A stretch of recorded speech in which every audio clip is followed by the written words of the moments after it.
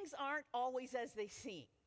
Because wealthy widows, one of the issues with wealthy widows is they don't seem very involved in financial management for these very high net worth households. And that's true, because in the generation before the baby boomers, women were not as educated as their husbands. Not as many of them went to college on average. And they didn't have that much interest in the financial stuff because this is important, nobody talked to them about it since they were 4 years old or whatever. Because the research says that in high net worth families, the parents used to start talking to the sons very early about money, but never talked to the daughters about money. And so the boys, then men now, of the baby boom generation grew up always thinking about money and being aware of it and keeping track of where they stood with it. But the women, it wasn't so much on their radar screen. And so people assumed that, well, these women don't know that much about it. But I heard a story just the other day. One of my friends was telling me about her in-laws. And she said they owned a very prosperous business. Called it mom and pop for convenience, but it was bigger than that.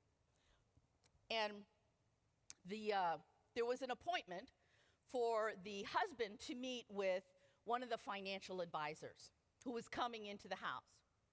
And in preparation for the meeting with the financial advisor, he said to his wife, look, I want to go over the books.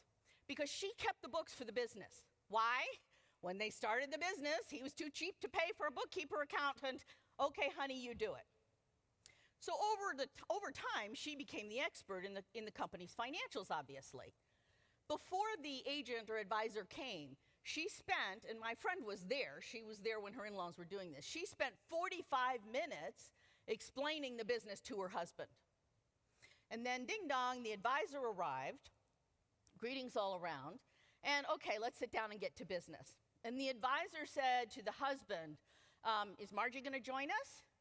And the husband said, oh no, she doesn't need to, she doesn't really understand this stuff anyway. Okay, so the advisor might have had the impression that she didn't really understand this stuff anyway, but actually there was a different dynamic going on. He wanted to be in control of the decisions about the business, and he may have been a little worried that she wouldn't see things the way he did.